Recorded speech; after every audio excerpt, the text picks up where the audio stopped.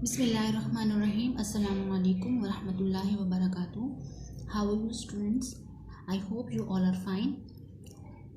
Okay, open your reading book, Urdu reading book, and page number 6. Today, inshallah, we will learn the chapter number 2, नात. नात का मतलब होता है सिफत खूबी. नात का लफ्ज़ी माना क्या है? सिफत खूबी. और इसका इस्तिलाही माना है ऐसी नज़म कि जिसमें आप सल्लल्लाहु तआला अलैहि वसल्लम की खूबियाँ बयान की जाए, सिफ़ात बयान की जाए. अब हम नात पढ़ते हैं. नात का पहला शेर है, वो नबियों में रहमत लक़ब पाने वाला, मुरादे गरीबों की बर लाने वाला. शायर जो कि अल्ताफ़ हुसैन हाली हैं, वो अपने पहले शेर में फरमाते हैं वो नबियों में रहमत लक़ब पाने वाला. यानी इस मिसरे में शायर जो है वो आप सल्लल्लाहु तआला अलैहि वसल्लम की सिफ़त रहमत को ज़िक्र कर रहे हैं, और एक तरफ जो है वो अल्लाह ताला की उस आयत की तरफ इशारा दे रहे हैं कि जिसमें अल्लाह ताला ने फरमाया वमा अरसलनाका इल्ला रहमतल लिल आलमीन. यानी आप सल्लल्लाहु अलैहि वसल्लम को मैंने तमाम जहानों के लिए रहमत बनाकर भेजा है. तो ये आप सल्लल्लाहु अलैहि वसल्लम का क्या था? लक़ब. रहमतुल लिल आलमीन क्या था? लक़ब. लक़ब किसे कहते हैं? यानी इंसान की किसी खूबी की वजह से, किसी ख़ास वस्फ़ की वजह से लोग उसको जो नाम देते हैं उसे लक़ब कहते हैं. तो आप सल्लल्लाहु अलैहि वसल्लम का लक़ब, ऐसे दूसरे अंबिया इकराम अलैहिमुस्सलाम का भी लक़ब था. जैसे मूसा अलैहिस्सलाम का लक़ब था कलीमुल्लाह, अल्लाह से बात करने वाला. और हज़रत इब्राहीम अलैहिस्सलाम का लक़ब था खलीलुल्लाह, अल्लाह ताला का दोस्त. ऐसे आप सल्लल्लाहु अलैहि वसल्लम का ये भी लक़ब था हबीबुल्लाह, अल्लाह का प्यारा महबूब. और ये भी लक़ब था रहमतुल लिल आलमीन, यानी तमाम जहानों के लिए जो है वो रहमत बनाकर भेजे गए.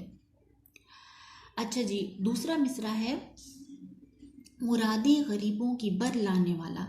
यानी आप सल्लल्लाहु अलैहि वसल्लम की दूसरी अजीम सिफ़त क्या है कि आप सल्लल्लाहु अलैहि वसल्लम गरीब अमीर में फ़र्क किए बग़ैर उनकी जो है वो मुरादें पूरी करते थे, उनकी ज़रूरियात जो है वो पूरी करते थे. गरीबों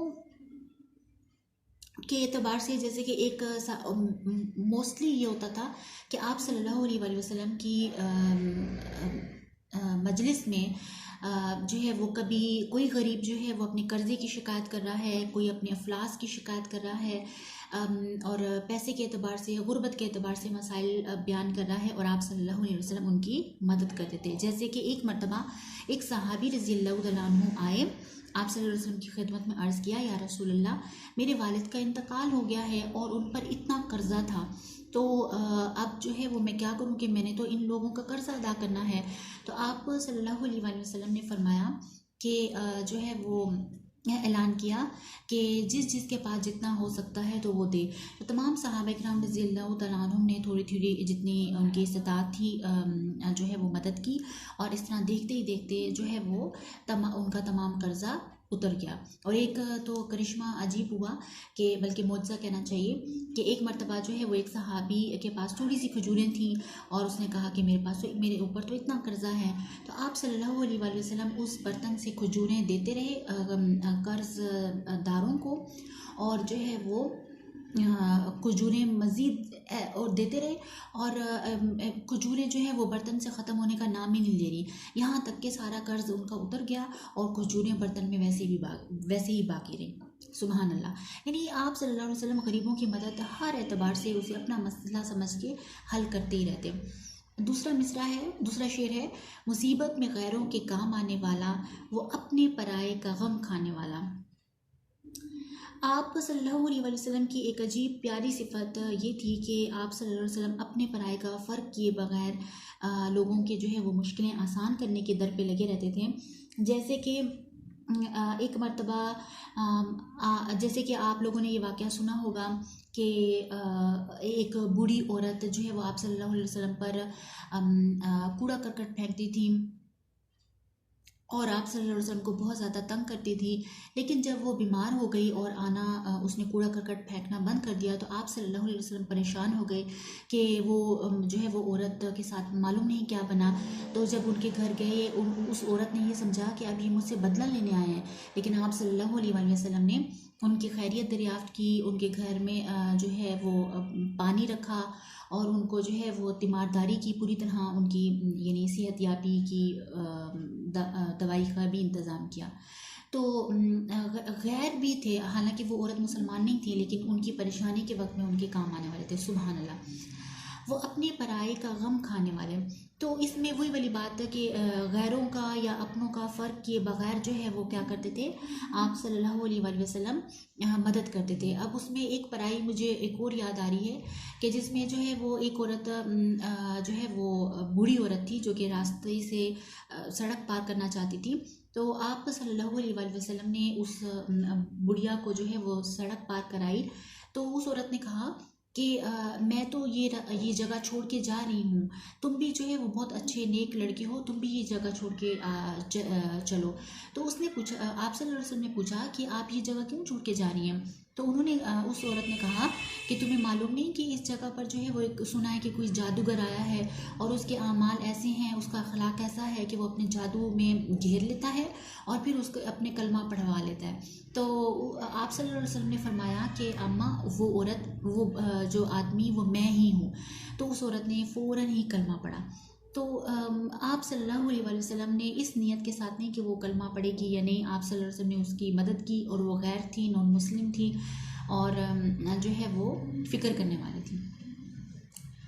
अपने का भी गम, अपने पराये की तो मैंने बात की, अपने में जो है वो आप सल्लल्लाहु अलैहि वसल्लम विसाल के टाइम में आप सल्लल्लाहु अलैहि वसल्लम के आखिरी कलिमात क्या थे, या रब्बी उम्मती उम्मती, या अल्लाह मेरी उम्मत का क्या बनेगा। और जैसे कि अज़वाज मुतहरात रज़ी अल्लाह तआला अन्हुन्ना फरमाती हैं कि आप सल्लल्लाहु अलैहि वसल्लम जो है वो उम्मत के गम में इतना रोते थे कि आप सल्लल्लाहु अलैहि वसल्लम की दाढ़ी मुबारक तक भीग जाती थी। तो अपने की भी फ़िक्र करने वाले, गैरों की भी परवाह करने वाले। सुभान अल्लाह। अगला शेर है, उतर कर हीरा से सुए कौम आया और एक नुस्ख़ाए कीमिया साथ लाया। यहाँ पर जो है वो शायर ने थोड़ा सा किनाया और तशबीह से काम लिया है। उतर कर हीरा से सुए कौम आया, यानी गारे हीरा जो कि मक्का मुकरमा में वाक़ है। आपने पढ़ा होगा कि वहाँ पर जो है वो पहली आयत यानी कुरान पाक का नुज़ूल हुआ। यानी यूँ समझें कि ऐलान आप सल्लल्लाहु अलैहि वसल्लम को नबी तो जो नबी होता है वो तो नबूवत तो उसको अज़ल से मिली हुई होती है, नबी तो वो पैदाइशी होता है। लेकिन रसूल की हैसियत से जो है वो जब पैगाम पहला आया आप सल्लल्लाहु अलैहि वसल्लम के पास, तो आप सल्लल्लाहु अलैहि वसल्लम गारे हिरा में तशरीफ़ फरमाते। तो हिरा से उतर कर जो है वो आप सल्लल्लाहु अलैहि वसल्लम, ज़ाहिर बात है, कौम के पास आए। और ये वाक़या भी सुना होगा। तो आप सल्लल्लाहु अलैहि वसल्लम ने फरमाया कि क्या मैं तुम्हें कहूँ कि इस पहाड़ के पीछे जो है वो एक कौम तुम्हें नाकाम करने के लिए आ रही है, तुम पर कब्ज़ा करने के लिए आ रही है, तो क्या तुम मेरी बात का यकीन करोगे। तो सब ने कहा कि हाँ, आप सादिक हैं, अमीन हैं, सच बोलने वाले हैं, तो हम आपकी बात का यकीन करेंगे। तो आप सल्लल्लाहु अलैहि वसल्लम ने फरमाया कि मैं इस तरह अल्लाह का पैगाम लेकर आया हूँ, उस एक अल्लाह की इबादत करो। तो उस पे जो है फिर वो यानी कि ये एक वाक़या मैं ये बताना चाह रही हूँ कि हिरा से कौम की तरफ ख़िताब किया, ये शायर यहाँ पर ये शो करना चाह रहे हैं। और एक नुस्ख़ाए कीमिया साथ लाया। तो इसमें जो है वो नुस्ख़ाए कीमिया कहते हैं, यानी कि जो बेकार जो धात होती है, यानी मेटल होता है, उसको कैसे कारआमद बनाया जाता है, उस प्रोसेस को कहते हैं नुस्ख़ाए कीमिया। आप उसमें बहुत सारे केमिकल्स डालते हैं, वो एक प्रोसीजर है। तो उस प्रोसेस को कि बेकार चीज़ को कैसे कारआमद बनाया जाता है, यानी उसकी बेकारी को कम नहीं किया जाता बल्कि कारआमद बना दिया जाता है, आला एक क्वालिटी में लेके आया जाता है। तो उस प्रोसेस को कहते हैं। यानी आप मोस्ट कॉमनली ये भी कह सकते हैं कि पीतल को सोना बनाने वाली बात है, क्योंकि आगे एक तरफ इशारा भी है। अच्छा जी, तो शायर यहाँ पर कह रहे हैं, यहाँ पर इस शेर में नुस्ख़ा कीमिया किससे तशबीह दी है, कुरान से तशबीह दी है। यानी आप सल्लल्लाहु अलैहि वसल्लम जब आए तो ज़ाहिरी बात है एक कुरान पाक भी तो साथ में लाए थे ना, अल्लाह ताला का मैसेज भी साथ में लाए थे। और वो नुस्खा कीमिया क्यों कहा, क्योंकि वो चीज़ ही ऐसी थी कि जो कि आपको आपकी जितनी भी जो है वो बुराइयां हैं उसको ख़त्म करके और जो मैल कुचैल है उसको ख़त्म करके आपको आला कुंदन बनाने वाली है, जैसे कि आगे शेर में आ रहा है। दूसरा शेर है दूसरे 7th पेज पे, मिस्से खाम को जिसने कुंदन बनाया, खरा और खोटा अलग कर दिखाया।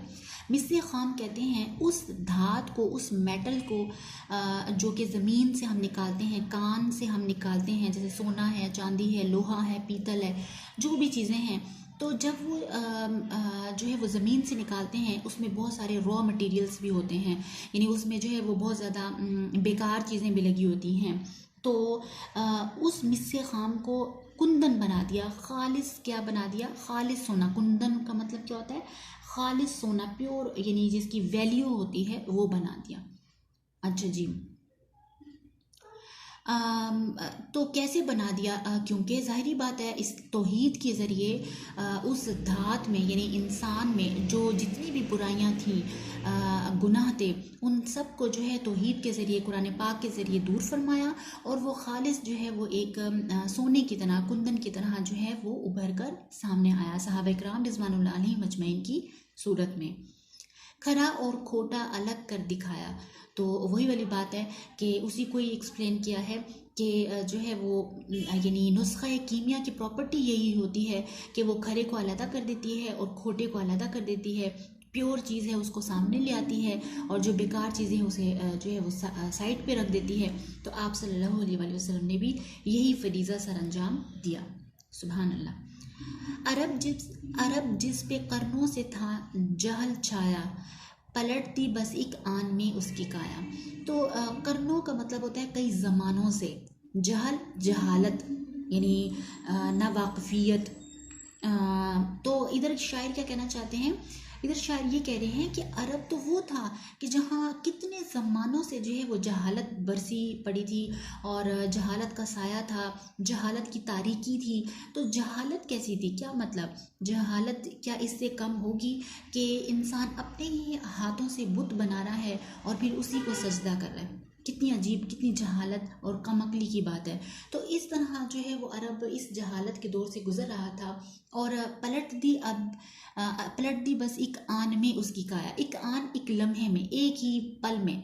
तो एक ही पल का मतलब ये नहीं है कि दूसरे ही लम्हे जो है वो क्या हो गया, हालात अच्छे हो गए, बल्कि ये है कि जहाँ अगर कंपेयर किया जाए कि जहाँ इतने ज़मानों से जहालत थी और आप सल्लल्लाहु अलैहि वसल्लम ने 23 साल के भी कम अरसे में यानी मक्का फ़तह कर लिया और अरब में जो है वो एक इस्लाम गालिब आ गया।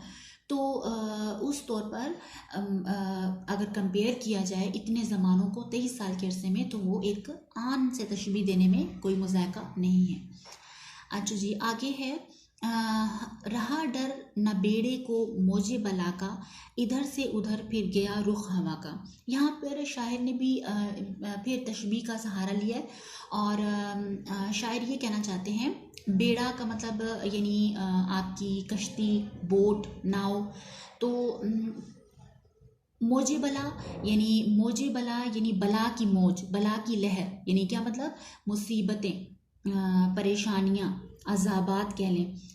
तो यहाँ पर शायर ये कह रहे हैं कि अब हाल ये हो गया है कि अब कश्ती को यानी कि लोगों को, अरब के लोगों को किसी तरह की किसी मुसीबत का, किसी अजाब का अब कोई डर खौफ रहा ही नहीं। इधर से उधर फिर गया रुख हवा का, यानी उनकी इस तौहीद और कुरान पाक की वजह से, आप सल्लल्लाहु अलैहि वसल्लम के जो है वो सुनन पर अमल करने की वजह से क्या हुआ कि हवा का रुख, यानी कश्ती जब जो है घेरे में आती है या नुकसान में आती है तो किसके ज़रिए आती है, क्या उधर बस एक्सीडेंट होता है, रोड एक्सीडेंट होता है, नहीं, हवा की मौज जो है वो उसको, या लहर जो है वो उसको क्या कर देती है, डुबो देती है। तो उसी सिनेरियो को जहन में रखते हुए ये कहा कि अब जो है वो उनको किसी तरह के अल्लाह ताला के अज़ाबात, परेशानियाँ तकालीफ का खौफ ही नहीं रहा, इवन दुनिया की मसाइब का भी खौफ नहीं रहा कि अब जो है वो खालिस तौहीद पर आ गए। तो इस नात के लिखने वाले जो शायर हैं उनका नाम है अल्ताफ़ हुसैन हाली। तो आगे बढ़ते हैं जी। हमारा उसी बुक का यानी हमारी रीडिंग बुक का पेज नंबर है 8th and we will solve first of all 5th question. 5th question क्या है? बिस्मिल्लाहिर्रहमानिर्रहीम। इस नज़म में इस्तेमाल होने वाले या के अल्फाज ढूंढ कर लिखिए। यानी जो हमें नात दी गई है उसमें लास्ट उस लफ्ज़ के आखिर में या अलिफ या आ रहा हो तो हमने उसको इन बॉक्सेस में लिखना है। तो मैंने पीछे से सिलेक्ट किए हैं, आप मज़ीद और भी कर सकते हैं, और भी थे। आया, लाया, बनाया, दिखाया, छाया और काया, काया पलट दी। तो ये हमने फिल करने हैं। अब हमने क्वेश्चन करना है question number 6 page number 9। You can see और नॉट, पेज नंबर 9। ओके, क्या करना है? पहले मिसरे को दूसरे मिसरे से मिलाएं। यानी इधर अशार दिए हुए हैं, पहला जो आपका वर्स है उसको सेकंड वर्स से मैच करना है। वो नबियों में रहमत लक़ब पाने वाला, तो उसके जो नेक्स्ट हमारा वर्स था वो था मुरादे गरीबों की बर लाने वाला, उसके साथ मैच करेंगे।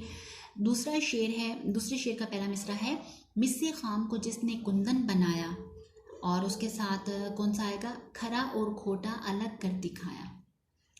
थर्ड वन, मुसीबत में औरों के काम आने वाला, वो अपने पराये का गम खाने वाला।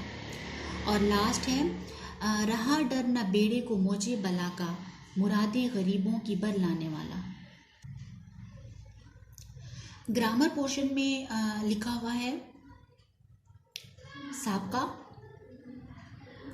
साबका उस लफ्ज़ को कहते हैं जिसे किसी कलमे से पहले बढ़ाकर उस कलमे के माना में कुछ इजाफा या तब्दीली पैदा कर लें। जैसे वाकिफ़ से पहले ना लगाकर नावाकिफ़ बना लें।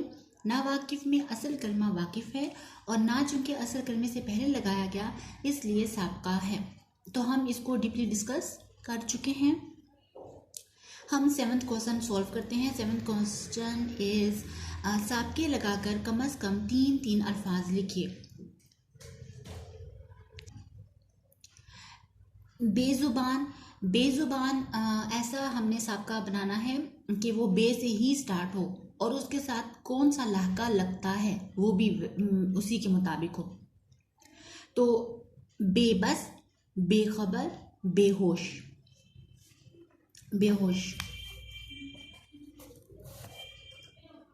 सेकंड है यकजां, तो यकजां का क्या है? यकसुई, यकदिल, यकजुबां। तीसरा है नासमझ, नाशुक्री, नाफरमान, नागवार। चौथा है अनपढ़, अनमोल, अनजान, अनकही। पांचवा है बिला वजह, बिला इजाज़त, बिला झिझक, बिला नागा। आज का लेक्चर हमारा कंप्लीट हुआ। फ़ी अमानिल्लाह and have a nice day.